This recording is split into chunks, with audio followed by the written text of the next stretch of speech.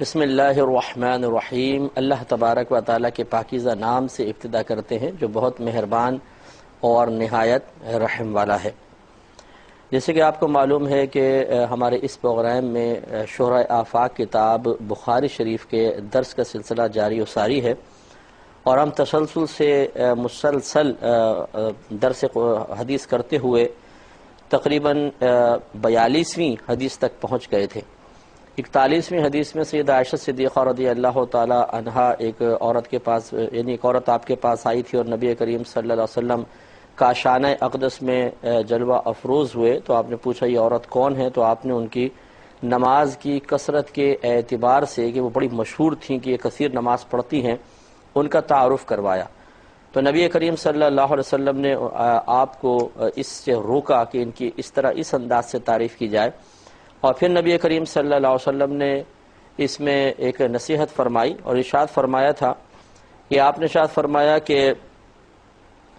تم پر لازم ہے کہ تم اتنا ہی عمل کرو جس کی تم طاقت رکھتے ہو، اور خدا کی قسم اللہ تبارک و تعالیٰ تمہیں اجر و ثواب عطا فرماتے ہوئے نہیں تھکے گا، لیکن تم ہی کثرت اعمال کو اختیار کر کے آخر ایک دن تھک جاؤ گے۔ اور پھر آپ نے آخر میں ارشاد فرمایا کہ اللہ تبارک و تعالیٰ کو نیک اعمال میں سے سب سے زیادہ وہ نیک عمل محبوب ہے جس کو کرنے والا ہمیشہ کرتا رہے۔ اس پر ہم نے بہت تفصیلی کلام کیا، اور جس کا خلاصہ اور نچوڑ یہی تھا کہ نبی کریم صلی اللہ علیہ وسلم نے کم عمل کو لیکن استقامت کے ساتھ کیا جائے محبوب رکھا ہے، اور جب نبی کریم صلی اللہ علیہ وسلم کسی چیز کو محبوب رکھتے ہیں تو یہ اس بات کی دلیل ہوتی ہے کہ اللہ تبارک و تعالیٰ کو بھی وہ عمل محبوب ہے۔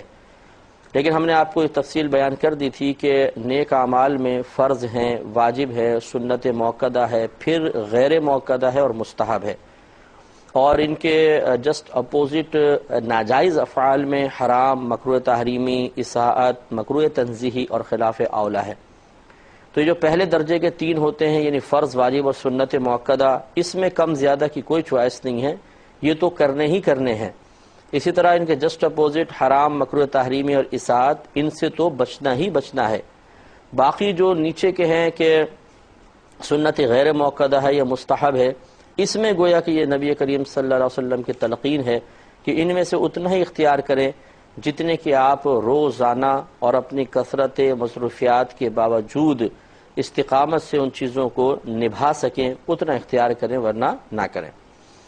42ویں حدیث ہم نے عرض کی تھی، حضرت انس رضی اللہ تعالی عنہ نے نبی کریم صلی اللہ علیہ وسلم سے روایت کیا کہ آپ نے ارشاد فرمایا کہ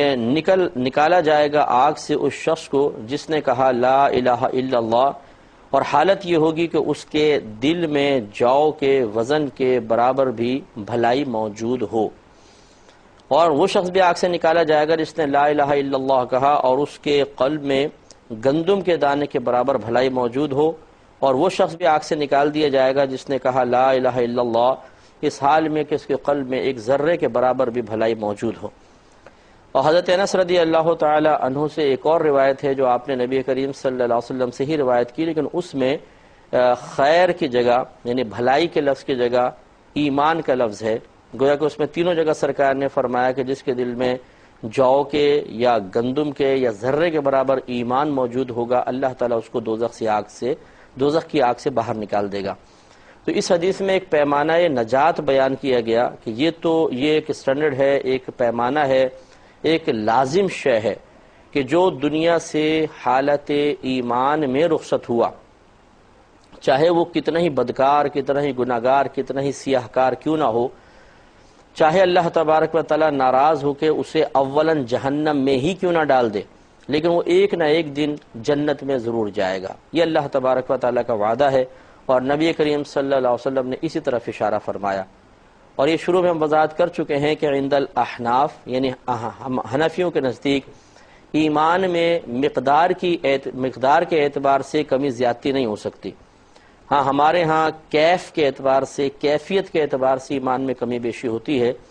یعنی ایمان ضعیف ہو سکتا ہے یا قوی ہو سکتا ہے۔ ایسا نہیں کہ ایمان جو ہے ہم اس کو ناپ سکیں کہ یہ دیکھیں اتنا بڑا ایمان ہے، یہ اتنا چھوٹا ہے، یہ اتنا چھوٹا ہے۔ مقدار کے اعتبار سے کمی بیشی نہیں ہوتی ہے۔ یہاں پر بھی یہ ہے کہ یوں سمجھ لیں کہ ایمان ایک یقین کا نام ہے، تو گویا کہ نبی کریم صلی اللہ علیہ وسلم ارشاد فرماتے ہیں کہ جس کے قلب میں اللہ تبارک و تعالی نے جو کچھ عقائد کے باب میں تعلیمات اپنے نبیوں کے ذریعے لوگوں تک پہنچائی، ان چیزوں کے بارے میں اگر ایک ذرہ برابر بھی اس کے قلب میں یقین کی کیفیت موجود ہوگی تو وہ یقین کی کیفیت بھی اس کے لیے باعث نفع ہوگی اور اس کے لیے آخرت میں نجات کا سبب و ذریعہ بن جائے گی۔ اس لیے بہت ہی اہم چیز ہے کہ انسان سب سے پہلے تو عقائد اسلام سیکھے، بنیادی عقائد اسلام کے۔ ہمارے ہاں ایسا ہوتا ہے کہ جو مختلف فی مسائل ہیں، یعنی جس میں عموماً اختلاف ہوتا ہے، اس میں تو بہت ہی ذوق و شوق پایا گیا ہے، اور ہر شخص انہیں سیکھنے کے بعد ایک مناظر بننے کے موڈ میں نظر آتا ہے کہ بس مجھے اس کے دلائل پتہ چل جائیں تو میں کسی سے بحث کر سکوں، اس کے دلائل پتہ چل جائیں تو بحث کرنے کا موقع ملے اور میں غالب آنے میں کامیاب ہو جاؤں۔ لیکن جو اصل بنیادی عقائد ہیں، مثلا اللہ تبارک و تعالی کی ذات و صفات سے متعلقہ عقائد، آسمانی کتابیں، انبیاء علیہ السلام، نبوت و رسالت، جنت دوزخ، جن، فرشتے، تقدیر، آخرت، یہ چند ٹاپک میں نے آپ کو بتایا، یہ موسٹ امپورٹنٹ ٹاپک ہیں کہ جن کے بارے میں صحیح یقین انسان کو نجات دلوائے گا، اور خدا نخواستہ اس میں ذرا بھی غلط یقین پیدا ہوا یا جو اصل یقین یا صحیح یقین شریعت کو درکار ہے اس میں خرابی پیدا ہو گئی تو انسان یا تو کافر ہو جاتا ہے یا بدعتی ہو جاتا ہے۔ اس لیے ہر عاقل بالغ مسلمان مرد و عورت کو چاہیے کہ دیکھیں، بعض اوقات انسان کو خود یہ احساس نہیں ہوتا کہ مجھے کس چیز کی ضرورت ہے، کیونکہ ہم تو اس چیز کو ضرورت سمجھتے ہیں کہ مثلا کوئی پیاس لگ رہی ہے تو ہم کہتے ہیں یہ پانی کی ضرورت ہے، بھوک لگ گئی تو کھانے کی ضرورت ہے، یعنی جس چیز کا باقاعدہ ایک احساس طبیعت کرتی ہے یا کوئی احساس دلا دیتا ہے تو ہم اس کی اہمیت کو سمجھتے ہیں، اسے اپنی ضرورت قرار دے دیتے ہیں۔ اور اگر اس قسم کے کوئی قرائن یا کوئی علامات یا کوئی ذرائع اور اسباب ہمیں حاصل نہ ہوں جو حقیقتاً ہماری ضرورت کی نشاندہی کر رہے ہوں تو ہمیں اتنا شعور نہیں ہوتا کہ ہم کسی کے پاس جا کے پوچھ لیں کہ یہ بتائیے کہ مجھے آخرت کی بہتری کے لیے اللہ تبارک و تعالیٰ کی بارگاہ میں درجات قرب حاصل کرنے کے لیے کس کس چیز کی ضرورت ہے، اور وہ میرے پاس ہے یا نہیں ہے، ہونا یہ چاہیے۔ تو اس لیے جب ہم خود بتکلف کسی کے پاس جائیں گے اور اس طرح عقائد دلائل کے ساتھ سیکھیں گے تو پھر یہ ہے کہ ایمان مضبوط رہے گا، اور جتنا ایسے لوگوں کی صحبت میں رہیں گے، ایسے علوم تا حیات حاصل کرتے رہیں گے، اتنا ہی ہمارا یقین مضبوط سے مضبوط تر ہوگا اور دل اس یقینی کیفیات کے ساتھ رہے گا۔ اس کے برعکس جو مسلمان ان چیزوں میں اپنی ضرورت کو تلاش نہ کرے یا اسے احساس و شعور ہی نہ ہو کہ مجھے یہ چیزیں سیکھنی بھی چاہیے، اور پھر ایسے لوگوں کی صحبت اختیار کر کے رکھے جو جاہل قسم کے ہیں، غافل قسم کے ہیں، تو پھر شیطان آپ کو پتہ ہے کہ بڑے پری پلاننگ، بہت ٹیکنیکل طریقے سے انسان کے اس یقین کو آہستہ آہستہ زائل کر دیتا ہے، اور جس دن قلب سے یہ یقین زائل ہوگا اس دن انسان دائرہ اسلام سے نکل کر اور کافر و مرتد ہو سکتا ہے۔ میں سے ایک آپ کو مثال سمجھاتا ہوں کہ دیکھیں، یہ جو کہا جاتا ہے کہ جی ایمان زائل ہو گیا، ایمان ضائع ہو گیا، تو جیسے کہ آپ کو بتایا کہ ایمان تو ایک قلبی کیفیت کا نام ہے، یہ ایک قلبی یقین کا نام ہے کہ نبی کریم صلی اللہ علیہ وسلم اللہ تعالیٰ کی جانب سے جو کچھ لے کر آئے، دل سے اس بات کا یقین رکھنا، اس بات کی تصدیق کرنا کہ وہ حق اور سچ ہے، اسی کا نام ایمان ہے۔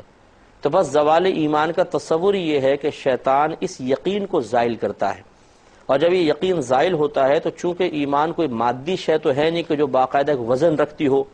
اور ہم یہ کہیں کہ جی کندھے پہ وزن محسوس ہو رہا ہے اس کا مطلب ہے ایمان ہے، اور جب کندھا ایک دم ہلکا ہلکا سے محسوس ہوا تو ہم نے کہا جی یہ پتہ نہیں شاید ایمان چھن گیا، کندھا ہلکا ہو گیا، ایسا تو نہیں ہوگا۔ لہذا شیطان اس یقین کو زائل کر دیتا ہے جو یقین آخرت کی نجات کے لیے ضروری ہے، اور جس کی نشاندہی سرکار نے اس حدیث میں فرمائی، یعنی پھر ذرہ برابر بھی یقین نہیں چھوڑتا ہے۔ اور اس کی علامت یہ ہے، یا اس کو ایک مثال سے مزید آپ کو یہ سمجھا دیتا ہوں کہ مثال کے طور پہ ایک شخص پر پائے در پہ اللہ تعالیٰ کی طرف سے مصیبتیں نازل ہوتی ہیں، تو اولاً جب مصیبت آئی، مثلا کوئی بیٹا مر گیا، جوان بیٹا، دکان پہ آگ لگ گئی، مکان گر گیا، ڈاکو لوٹ کر لے گئے، تو وہ شخص بڑا پریشان ہوتا ہے، مضطرب ہوتا ہے، اور لوگوں سے اپنے دکھ شیئر کر رہا ہوتا ہے۔ اس وقت چپکے سے شیطان اس کے کان میں ایک بات ڈالتا ہے، وسوسہ ڈالتا ہے کہ کیا یہ اللہ تعالیٰ کا معاذ اللہ تیرے ساتھ ظلم نہیں ہے؟ کیا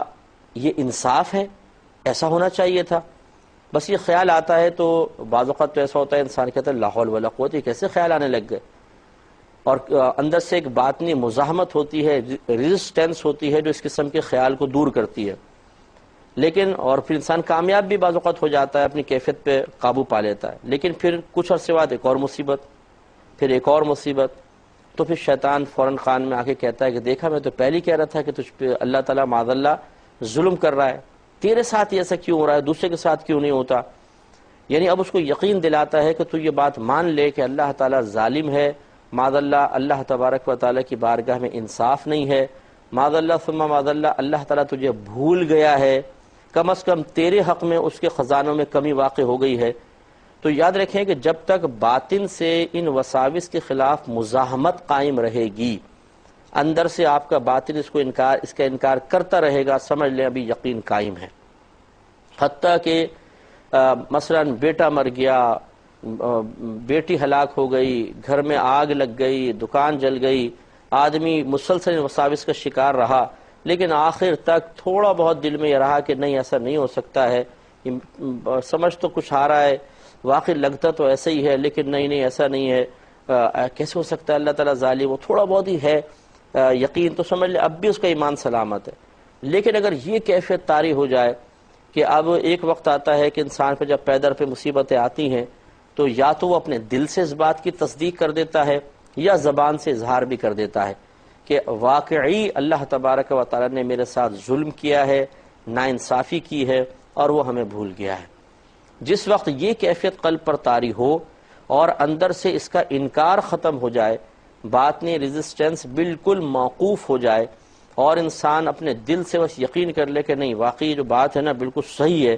ایسا ہی ہے، بس ایمان گیا،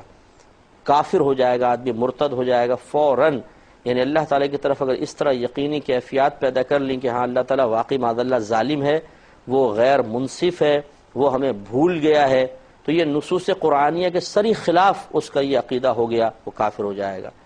اور اس کا اعلیٰ درجہ یہ ہوتا ہے کہ پھر زبان سے بھی انسان کہہ دیتا ہے، جیسے خواتین وغیرہ ہوتی ہیں اللہ تعالیٰ ان پہ رحمت نازل فرمائے، کہ یہ تو جب کوئی مصیبت آتی ہے، رونا پیٹنا مچ جاتا ہے، تو یہ تو چیخ چیخ کے کہتی ہیں اے اللہ تو نے کیا ظلم کر رکھا ہے، تجھے میرا ہی بیٹا نظر آیا تھا مارنے کے لیے، تو یہ کیا تیری ناانصافی ہے، معاذ اللہ ثم معاذ اللہ، اے اللہ تو نے کیا ڈرامہ کر رکھا ہے، تو ہمیں بالکل بھول گیا ہے۔ اس قسم کے الفاظ ادا کرنا اور پھر بھی اپنے آپ کو مسلمان سمجھنا، یہ انتہائی درجے کی بے وقوفی ہے۔ کوئی ہمارے بھائی بہن ایسا سن رہے ہوں کہ ان کے پیدر پہ مشکلات اور پریشانی کی وجہ سے، دل میں وارد ہونے والے بار بار صدمات کی وجہ سے اگر ایسا ہوا تھا کہ ہم نے وساوس شیطانی کو قبول کر کے دل کو اس یقینی کیفیت پر لے آئے تھے کہ ہاں اللہ تعالیٰ معاذ اللہ غیر منصف ہے، ظالم ہے، تو پھر زبان سے کہنے کی بھی حاجت نہیں ہوتی ہے۔ جب دل میں یہ پختہ کیفیت حاصل ہو جاتی ہے تو انسان کافر ہو جائے گا۔ اس کو سمجھ لیجئے کہ یوں سمجھ لیں کہ شریعت نے ایک معیار رکھا ہے کہ اگر دل کسی خاص کیفیت پر قائم ہو جائے اور اس کے مخالف انکار موجود نہ ہو تو سمجھ لیں وہ بالکل ایسا ہے جیسے آپ نے بول دیا یا آپ نے عمل کر لیا۔ میں اس کو ایک اور مثال سے آپ کو سمجھاتا ہوں تاکہ اچھی طرح بات سمجھ میں آ جائے کہ مثال کے طور پہ ایک شخص کھڑا ہے، اسے آہٹ سی ہوئی اور ایسا محسوس ہوا کہ کوئی عورت قریب سے گزر رہی ہے۔ یہ پہلا خیال ہے کہ عورت کے آنے کا خیال۔ دوسرا پھر شیطان نے کہا دیکھو، لیکن اس نے ٹال دیا۔ پہلے جب خیال آیا عورت ہے تو اس نے کہا چھوڑو میں کیوں دیکھوں، پھر خیال آیا کہ دیکھو، اس نے اس کو بھی جھٹک دیا، یہ دوسرا سٹیپ ہے۔ پھر بار بار شیطان نے خیال ڈالنا شروع کیا دیکھ لو دیکھ لو دیکھ لو، لیکن یہ اس کو رد کرتا رہا۔ انکار کی جو ہے مقدار زیادہ ہے اور میلان کی مقدار کم ہے، یہ تیسرا درجہ ہوا۔ چوتھا پھر اس کے جسٹ اپوزٹ کر لیں کہ میلان زیادہ ہو گیا لیکن اب بھی انکار کی کیفیت باقی ہے۔ مثلا شیطان کہہ رہا ہے دیکھ لے، کوئی دیکھ لے گا تو کون سا تمہیں دیکھ رہا ہے، اچھا میں دیکھتا ہوں، اس کا ذہن بنا اس سے ادھر ادھر دیکھ رہا ہے، کوئی ہے تو نہیں، لیکن انکار کی کیفیت اب بھی ہے۔ اور لاسٹ سٹیج کہ اس نے جب دائیں بائیں دیکھا کوئی بھی نہیں ہے تو اس نے کہا بس میں اب دیکھتا ہوں۔ اب اس نے جو پلٹ کر دیکھا تو پتہ چلا جی وہ عورت نہیں، وہ تو بھینس تھی۔ مثال کے طور پر اس نے کہا ارے باپ رے یہ تو بھینس ہے، تو کیا اس کے نام اعمال میں عورت کو دیکھنے کا گناہ لکھا جائے گا؟ تو علماء کہتے ہیں بالکل لکھا جائے گا، کیونکہ جو لاسٹ اسٹیج تھا جس میں اس نے مکمل قصد و ارادہ عزم مصمم کر لیا تھا کہ میں اسے دیکھتا ہوں، چاہے وہ عورت نہیں تھی لیکن اس کا ارادہ تو پختہ ہو گیا تھا، اور اس ارادے کے راہ میں اب کوئی رکاوٹ بھی نہ تھی، نہ کوئی باطن سے مزاحمت ہو رہی تھی، نہ کوئی روک تھی، اور اس نے اپنے قصد و ارادے سے جب ادھر دیکھا، وہ تو دیکھنے کے بعد پتہ چلا کہ جو کچھ سوچ رہا تھا وہ غلط ہے، لیکن اس کے نام اعمال میں گناہ لکھ دیا جائے گا۔ اسی لیے اللہ تعالیٰ نے قرآن عظیم میں جیسے ارشاد فرمایا کہ بے شک کانوں سے، آنکھوں سے اور دل، ان سب سے سوال کیا جائے گا۔ تو وہ کون سی قلبی کیفیت ہے جس کے بارے میں سوال کیا جائے گا؟ وہ یہی لاسٹ کیفیت ہے کہ جب انسان ایک ایسے اسٹیج پر پہنچ جاتا ہے، اس کے قلب کی کیفیات ایک ایسے مقام پر پہنچ جاتی ہیں کہ باطنی مزاحمت، اس کے خلاف کی باطنی مزاحمت بالکل ختم ہو جاتی ہے۔ تو یہ جو کیفیت ہے بالکل ایسی ہے جو عمل کے قائم مقام ہوتی ہے۔ جیسے ایک عورت کو دیکھ لیں، یہ دیکھنا گناہ، اور اگر دل میں کیفیت آئی اچھا میں دیکھتا ہوں اور درمیان میں کوئی رکاوٹ نہیں ہے، تو بس یہ بھی گویا کہ دیکھنے کے قائم مقام ہے۔ اسی طریقے سے اگر کوئی کلمہ کفر زبان سے نکال دے، جس طریقے سے اس سے انسان دائرہ اسلام سے خارج ہو جاتا ہے، قلب میں پیدا ہونے والی وہ کیفیات، وہ وساوس کہ جس کو انسان قبول کر لے اور اس کے مقابل اس کے باطن کی مزاحمت بالکل ختم ہو جائے، وہ ایسا ہی ہے جیسے اس نے زبان سے نکال دیا، یا وہ اس نے اس کا یقین کر لیا ہے اور کوئی عمل اس کے مطابق کر لیا ہے، بس وہ دائرہ اسلام سے خارج ہو جائے گا۔ تو ہمارے ہاں تو یہ دونوں چیزیں ہیں۔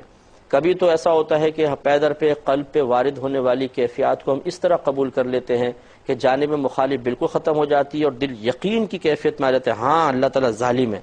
معاذ اللہ سب معاذ اللہ، لیکن زبان پر نہیں لاتے ہیں، ڈرتے ہیں یا موقع نہیں ملا، اور کبھی اس سے آگے اسٹیج پہ بڑھ جاتے ہیں، یعنی اگلا اسٹیپ اٹھا لیتے ہیں اور لوگوں کے سامنے برملا بولتے ہیں کہ یار اللہ تعالیٰ تو معاذ اللہ لگتا ہے سو گیا ہے،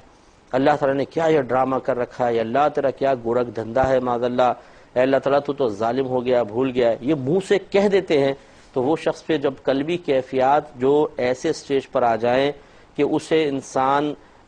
حق سمجھنے لگ جائے، اس کے جانب مخالف کو ترک کر دے، اسی سے کافر ہو جاتا ہے، تو زبان سے نکلنے والے الفاظ تو بدرجہ اولیٰ ہوں گے۔ تو یاد رکھیں کہ وہ شخص کبھی جہنم سے باہر نہیں آئے گا کہ جو اس قسم کے معاملات میں ارتداد، یعنی مرتد